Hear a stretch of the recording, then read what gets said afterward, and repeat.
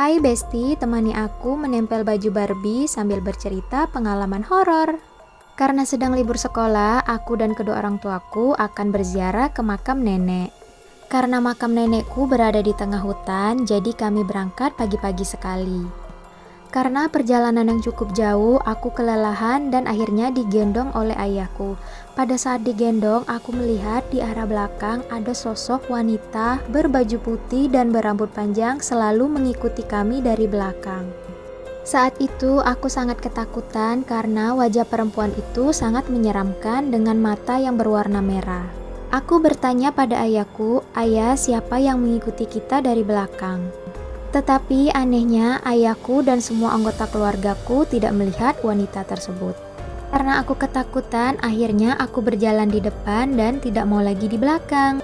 Saat Naura pulang sekolah, Naura melewati rumah kosong yang tidak berpenghuni. Di depan rumah kosong tersebut ada pohon yang sangat besar. Saat itu Naura berjalan sendirian dan tidak menemukan satu orang pun berjalan di depan rumah kosong tersebut. Tiba-tiba Naura mendengar suara anak kecil yang menangis di dalam rumah tersebut. Karena penasaran, Naura melihat dari balik pagar rumah kosong tersebut. Naura diam-diam memperhatikan apa yang ada di dalam rumah tersebut dan suara siapa yang sedang menangis. Tiba-tiba Naura merasakan seperti ada sesuatu yang menarik bajunya dari belakang. Kira-kira itu siapa ya? Cerita ini bermula pada malam hari sekitar pukul jam 9 malam. Saat itu Tara hendak buang air kecil dan akan keluar ke toilet sendirian. Karena semua orang di rumah sudah tertidur, akhirnya Tara memberanikan diri keluar dari kamar untuk ke toilet sendirian. Pada saat berjalan dari kamar tidur ke toilet, Tara melewati dapur yang kondisinya saat itu sangat gelap. Saat itu Tara melihat pintu toilet terbuka dan juga lampunya tetap hidup, sehingga ia berjalan bergegas menuju ke toilet. Saat Tara berada di depan pintu toilet, tiba-tiba dari balik pintu Tara melihat ada sosok makhluk.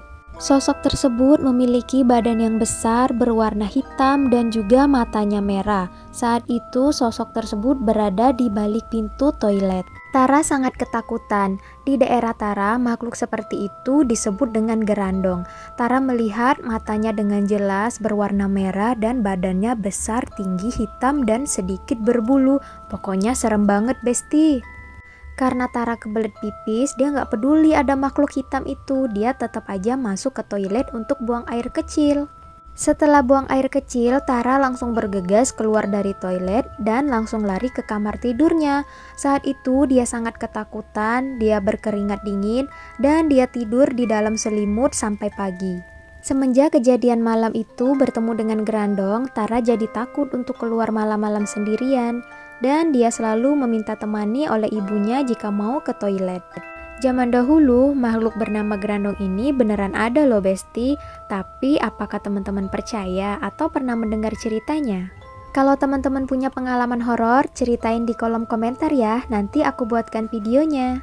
Jangan lupa subscribe ya Besti.